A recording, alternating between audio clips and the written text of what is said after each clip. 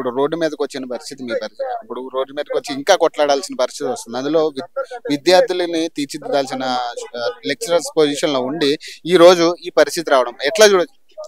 ఇది చాలా దారుణమైన పరిస్థితి. ఏంటంటే అసలు ఒక సమస్య వచ్చినప్పుడు దానికి ఎలాంటి పరిష్కారం ఎత్తుకోవాలి, దానికి పరిష్కారం ఏంటి అనే మార్గం చూడకుండా దీనికి వేరే కోణంలో చూసి దానికి బ్యాక్లాగ్ చేయాలా వేరే రకంగా చూసి దానికి చాలా అన్యాయం చేసేటట్టుగా ప్రవర్తిస్తుంది గవర్నమెంట్. ఎంత పరిపాలన అని చెప్పేసి వీళ్ళే చెప్పారు కదా, అప్పుడు కాంగ్రెస్ వాళ్ళే మేము నిరుద్యోగులకు అండగా ఉంటాము, విద్యార్థులకు అండగా ఉంటాం అని చెప్పిన ప్రభుత్వమే కదా ఇది.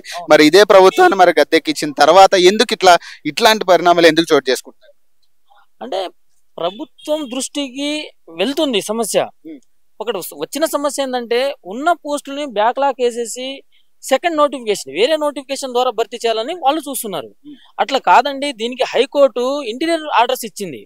ఎందుకంటే supreme court guide lines interiors orders ఇచ్చినప్పుడు ఈ గవర్నమెంట్ ప్రజాప్రభుత్వం అన్నప్పుడు ప్రజల యొక్క బాధని ప్రజల యొక్క ఆవేదనని స్వీకరించే ప్రభుత్వం లాగా ఉండాలి. అంతేగాని ఇంతమంది నిరుద్యోగులం ఇంతమంది గురుకుల వనిష్ఠ అభ్యర్థులం ఈ రోజు రోడ్డు మీదకి వచ్చేసి మా యొక్క ఆవేదనని వ్యక్తం చేస్తున్నా కూడా పట్టించుకునే పరిస్థితిలో ఉన్నదన్నమాట ఇది. ఈ రోజు పోలీసులు కూడా మిమ్మల్ని అక్కడ కూర్చుంటే ఇంటి దగ్గర కూర్చుంటే మిమ్మల్ని తీసుకెళ్లి దగ్గర 1 కిలోమీటర్ డిస్టెన్స్ లో కూర్చోబెడుతుంది. సో దీన్ని ఎలా చూడొచ్చు? అంటే పెద్దమ్మ తల్లి గుడి గ్రౌండ్ అంటే అక్కడ నుంచి మీకు చాలా డిస్టెన్స్ ఉంది. మరి దీన్ని ఎట్లా చూడొచ్చు? మరి ఇది అంటే ఎలాంటి వైఖరులు? ఇక వాళ్ళు పోలీసు వాళ్ళు ఏం చెప్తున్నారంటే ఇక్కడ ఉండకూడదు, ఇక్కడ ఉండే అవకాశం లేదు, ఇదంతా రెసిడెన్షియల్ ఏరియా అని వాళ్ళు చూస్తున్నారు. ఈ రెసిడెన్షియల్ ఏరియా కాబట్టి మేము కూడా ఇప్పుడు పెద్దంగుడికి వెళ్తే ఏముంది, పెద్దంగుడి దగ్గర అడుక్కొని తినడమే. ఇక పెద్దంగుడిలో మాకు ఉద్యోగాలు ఏమని పెద్దమ్మ తల్లిని అడుక్కునే పరిస్థితి కాడికి వచ్చింది అనమాట ఈ పరిస్థితి. ప్రజా పరిపాలన అన్నారు, ప్రజా దర్బార్ అన్నారు, మరి ఏంటి పరిస్థితి? మరి అక్కడ రెస్పాన్స్ లేదా ఏంటి? ప్రజాపాలన అది మాటల్లోనే అయిపోయింది, చేతుల్లో లేదు అని మాకు కూడా అనిపిస్తోంది. గత 5 నెలలుగా తిరిగినా గానీ మా సమస్యను ఎవరు పట్టించుకోని పరిస్థితి. సో మేము న్యాయమైనటువంటి డిమాండ్ ఇక్కడ హైకోర్టు కూడా క్లియర్ గా సుప్రీంకోర్టు గైడ్ లైన్స్ కూడా ఉండడం అనేది జరిగింది. హైకోర్టు ఇంటీరియం ఆర్డర్స్ ఇచ్చింది, సో బ్యాక్లాగ్ లేకుండా ఫిల్ చేయండి అని. సో ఇక్కడ హైకోర్టు గైడ్ లైన్స్ ఉన్నాయి కానీ ప్రభుత్వం ఏమాత్రం పట్టించుకోవడం లేదు. సో ఈ ప్రభుత్వం ఇప్పటికైనా రివ్యూ నిర్వహించి బ్యాక్లాగ్స్ లేకుండా గురుకులాల్లో బ్యాక్లాగ్స్ లేకుండా ఫిల్ చేయడం అనేది జరగాలి. సో మాకు న్యాయం జరిగేంత వరకు ఇప్పుడు అక్కడ శాంతియుతంగా మేము అక్కడ సీఎం గారికి రిప్రజెంటేషన్ ఇద్దామంటే లేనటువంటి పరిస్థితి. పోలీసులు కూడా అక్కడ నుంచి ఇక్కడ మమ్మల్ని తరిమివేయడం అనేది జరుగుతుంది.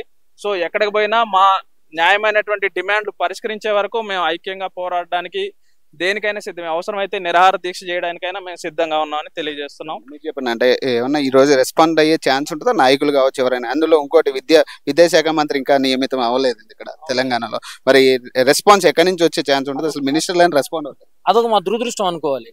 ఒక విద్యాశాఖకి ఒక మంత్రి లేకపోవడం అనేది. ఇప్పుడు మేమే వచ్చామండి, వనిష్ఠ గురుకుల అభ్యర్థులం. మా బాధని ఎవరికి చెప్పాలా? ఒక ఎడ్యుకేషన్ మినిస్టర్ ఉంటే ఆ ఎడ్యుకేషన్ మినిస్టర్ కి దట్ ఈస్ ప్రాబ్లం.